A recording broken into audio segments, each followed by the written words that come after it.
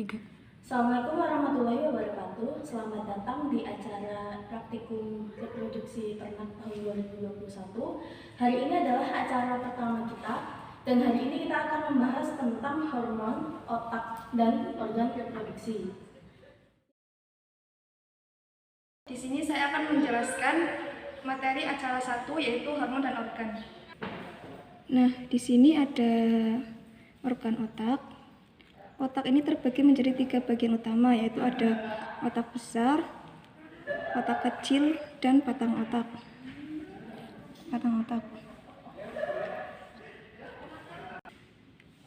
Nah, untuk otak besar ini terbagi menjadi 2 bagian, yaitu ada otak kanan dan otak kiri.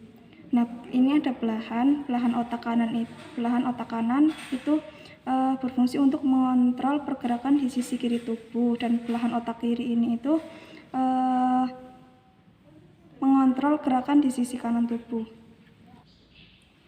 Kemudian untuk bagian dalam cerebrum atau otak besar itu mengandung sel-sel saraf berselubung atau mielin yang berperan dalam menyampaikan informasi antara otak dan saraf tulang belakang.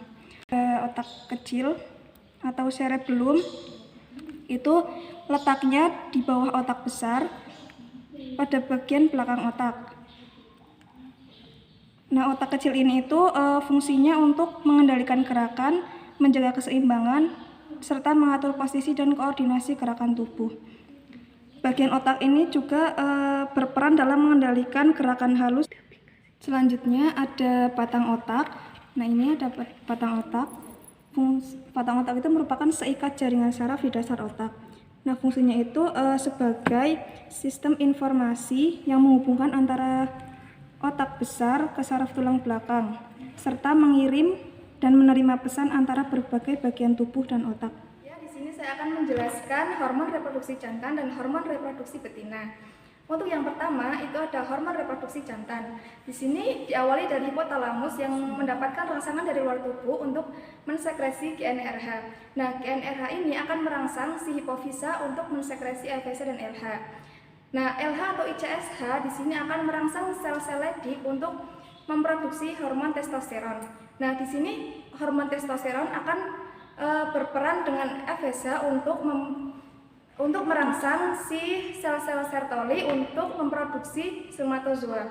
Nah, ketika produksi spermatozoa ini sudah mencukupi, maka hipotalamus dan GnRH itu akan mendapatkan feedback negatif untuk tidak memproduksi spermatozoa sementara waktu. Di sini saya akan menjelaskan fungsi dari hormon ternak jantan. Yang pertama ada hormon testosteron, fungsinya untuk memproduksi spermatozoa dan memberi pengaruh penampilan jantan saat dewasa kelamin. Kemudian yang kedua itu ada hormon LH, fungsinya untuk merangsang sel Leydig dan berperan dalam perkembangan kelamin sekunder saat si ternak jantan itu dewasa kelamin. Kemudian yang ketiga ada hormon FSH, itu merangsang sel Sertoli untuk memproduksi androgen.